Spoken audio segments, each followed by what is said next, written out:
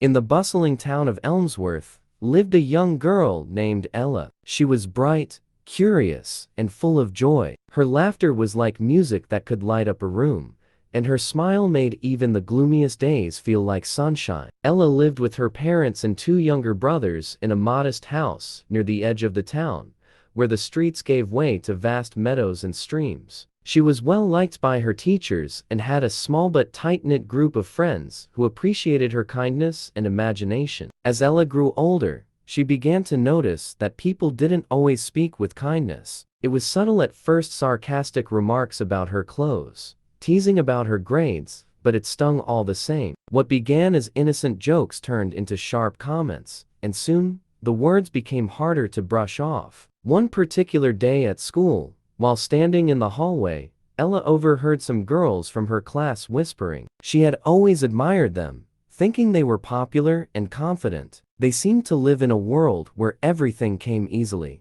and part of her longed to belong. But their words that day were not as pretty as their appearances. "Did you see what Ella's wearing today? She looks like she's dressed for a clown party."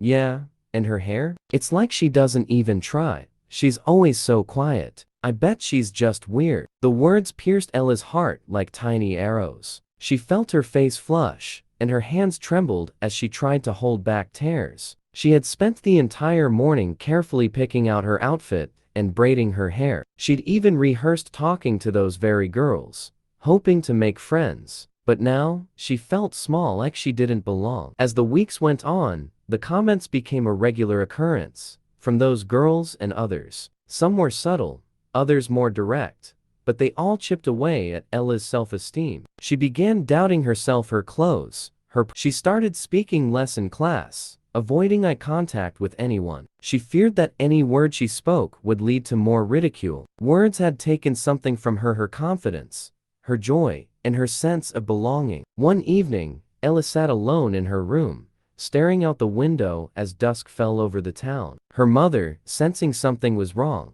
gently knocked on the door and sat beside her. "Ella, sweetheart, you've been so quiet lately. Is everything okay?" her mother asked, her voice filled with concern. Ella hesitated, unsure whether to confide in her mother. She had always been strong and independent, not wanting to trouble anyone with her problems. But the weight of the hurtful words had grown too heavy to carry alone. "Mom," she began softly, "why do people say mean things? Why do words have to hurt so much?" Her mother looked at her for a moment, her expression softening. She took Ella's hand and said, "Words are powerful, my dear. They can build someone up, or they can tear someone down. Sometimes people don't realize the weight their words carry. Other times, they do, but they speak without kindness because they themselves are hurting." Ella felt a tear slide down her cheek. "But why me? I never did anything to them. I just wanted to be friends." Her mother sighed and wiped away her tear. "Sometimes, people use words to hide their own insecurities. They think that by making someone else feel small,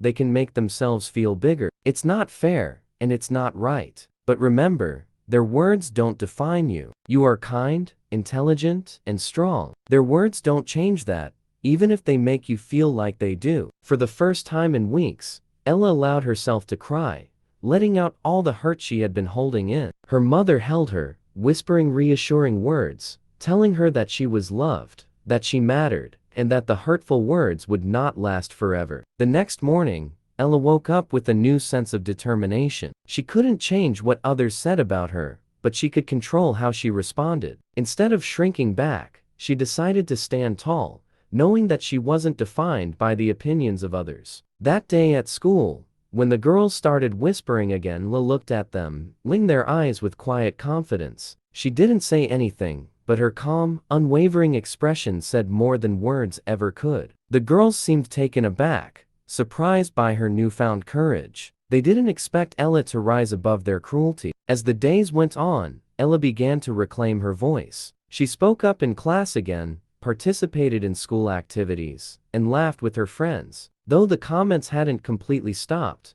they no longer had the same power over her. Ella realized that words could hurt, but they only held as much power as she allowed them to. One day, one of the girls who had once whispered hurtful things came up to Ella at lunch. She looked nervous, fidgeting with her hands.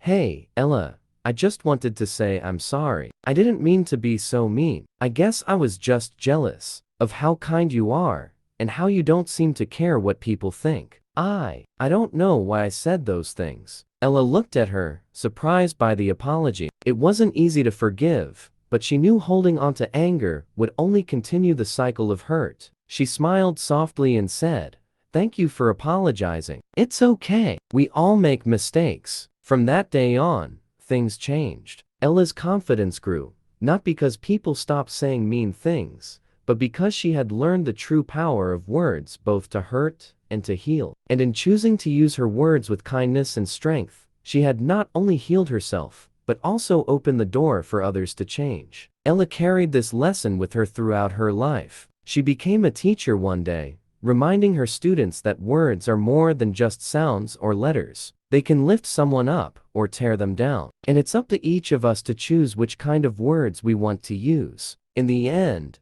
Ella realized that while words can hurt, they also have the power to heal. And by choosing words of kindness, we can change the world one heart at a time.